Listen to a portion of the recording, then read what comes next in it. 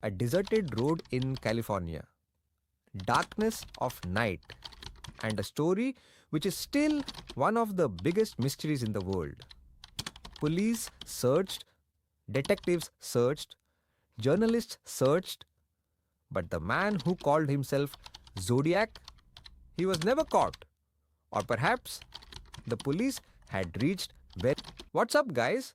I'm your host, and you're watching Echo Criminal, where we explore the stories of the world's most dangerous and mysterious criminals.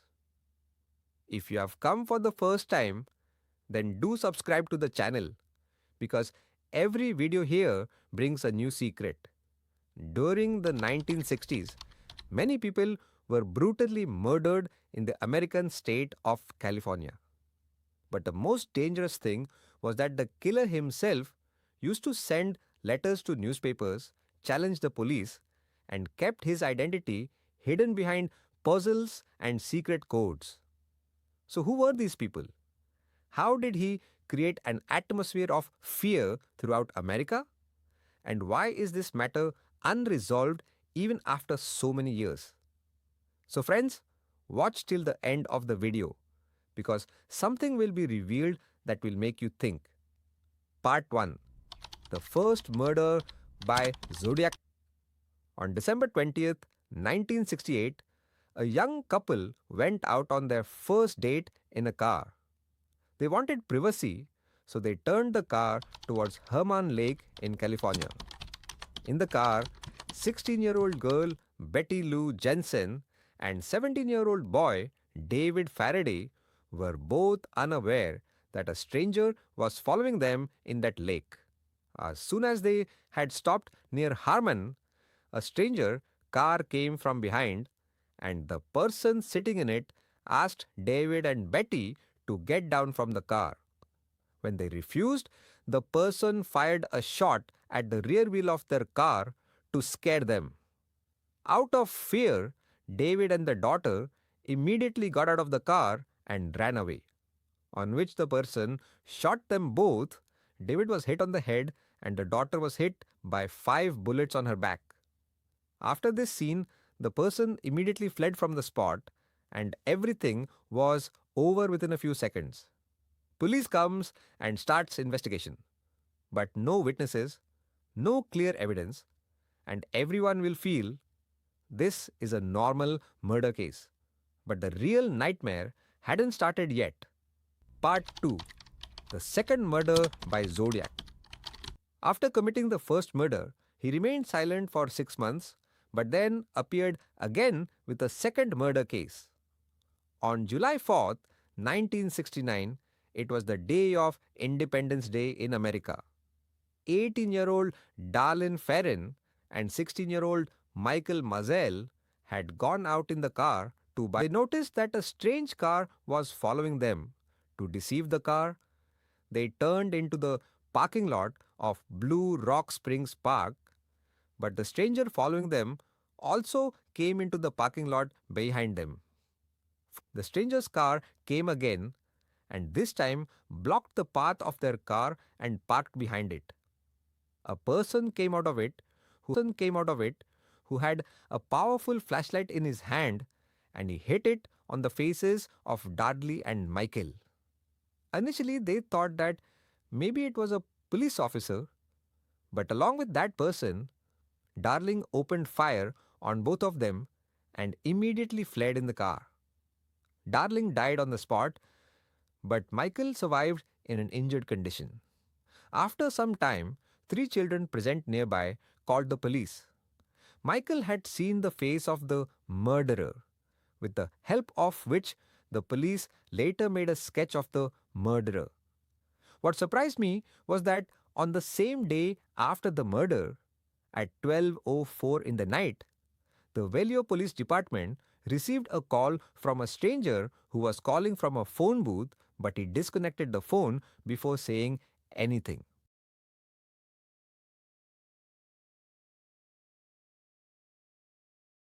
Part 3. Zodiac write a letter to newspaper.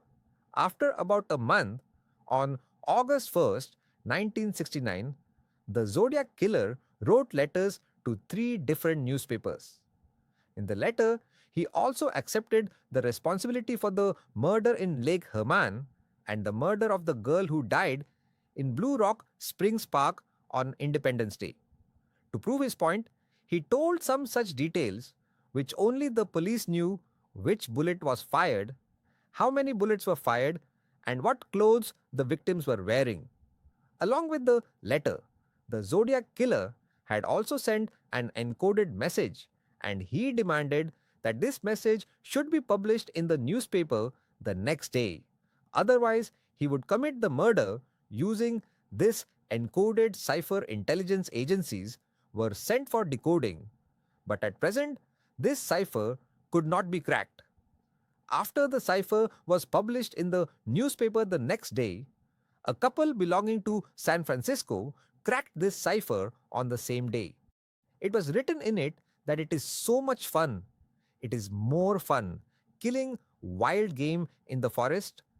Buzzman is the most IY dangerous a cipher. He had also written that he believes in the afterlife and that the people he is killing will become his slaves in the afterlife. After the letters written to the newspaper, there was silence for 2 months, but the Zodiac killer appeared once again with a new case. Part 4. Another murder by Zodiac. On September 27, 1969, a college couple, Brian Hartness and Cecilia Shep, were present on the banks of Berryessa Lake for a picnic. They noticed that a man was coming closer to them. He was wearing a black hood with the Zodiac symbol on it. As they came closer, Zodiac took out his gun and took money and car keys from the couple. Mangi asked that Brian had 75 cents at that time, which he gave to him along with the car keys. So he returned the car keys to Brian and tied their hands with rope at gunpoint. Then he took out his knife and stabbed both of them several times. Thinking that both of them were dead, Zodiac killer went back towards the car, and after writing a message on the couple's car, he ran away from there. In that message, the name of the place, date, time, and name of the weapon were written. When a machete present nearby found the couple in an injured condition, they were breathing at that time. They were taken to the hospital, but Cecilia died without showing signs of injury, while Brian survived and alerted the police. Everything about it was told in some detail. Like his previous murder, Zodiac called the police at 7:04 on the same night and told all the details of the murder. Here, the police had discovered a special pattern in Zodiac's actions. Firstly, he used to target only young couples, and secondly, his attacks took place only on weekends. Thirdly, around holidays, he used to attack either in the dark of night or in the evening when there was little light. Fourthly, whatever he killed, he would proudly display it as if he was challenging the authorities. Fifthly, most of the murders were committed at the well-known dating points. Sixthly, most of the murders were committed in vehicles. Finally, the seventh pattern was that most of the murders took place near water. These 7 patterns indicate that perhaps Zodiac is disappointed in love or has a special hatred for girls, because in 2 out of the last 3 attacks, boys had survived. Although the police were not aware that Zodiac's next target would be this pattern. Just 2 weeks after the previous murder, on October 11, 1969, Zodiac stopped a cab driver named Paul Stein at 9:30 p.m. and asked him to go to Maple Street in Presidio Heights. When the driver reached his destination, Zodiac first waited for the car to stop and then pointed to Paul Stein. After shooting from blank range, Zodiac got down and sat on the front passenger seat and cut off a piece of Paul's shirt and took it with him. During this murder, 2 children were watching the entire scene from the second floor of a nearby building. They immediately informed the police. They immediately turned to Maple Street and were on their way. They collided with Zodiac, who was walking on foot in the light fog. Now, because the police were searching for a black person, they did not get much suspicion on Zodiac because he was not black. The police stopped and asked Zodiac if he had seen anything strange in this area. Later, Zodiac told that a man was seen waving a gun in the next street, so the police hurriedly went in that direction. However, if the police officers had come down and looked at Zodiac, they would have seen bloodstains on his jacket. Zodiac had once again managed to escape from the police's grift, but was caught by the police. In Paul Stein's car, Zodiac's fingerprints were found. After a few days, Zodiac again wrote letters to the newspapers and told the entire story of Paul Stein's murder, and also sent a piece of Paul Stein's shirt for proof. This time, he had threatened to attack the school bus. This threat created a wave of fear in the entire area, and the police started chasing all the school buses for the next several weeks, but there was never any attack on the school bus. With the help of the children who had seen the Zodiac, a new, fresh sketch of the Zodiac was made and distributed among all the taxi drivers. But this time, the Zodiac entered the field of taxi drivers in a new way exactly 10 days after killing. On October 22nd, 1969, Zodiac called the Oakland Police Department and said that he wanted to talk to Melvin Bailey, then a well-known lawyer, on a TV show. It was a Channel 7 talk show that had started early that day. After waiting for a while, Zodiac called, but the phone was disconnected the next time he called. When he called, this call lasted for a long time. In this call, Zodiac told his name as Sam. During the entire show, he made 35 calls, out of which only 12 were on air. During the calls, the lawyer asked some questions to which Sam kept answering directly. Later, it was found that Zodiac had not made this call because the people, they had heard Zodiac's real voice. They all said that it was not Zodiac's voice. Investigation revealed that this call had been made by a mental patient present in Napa State Hospital.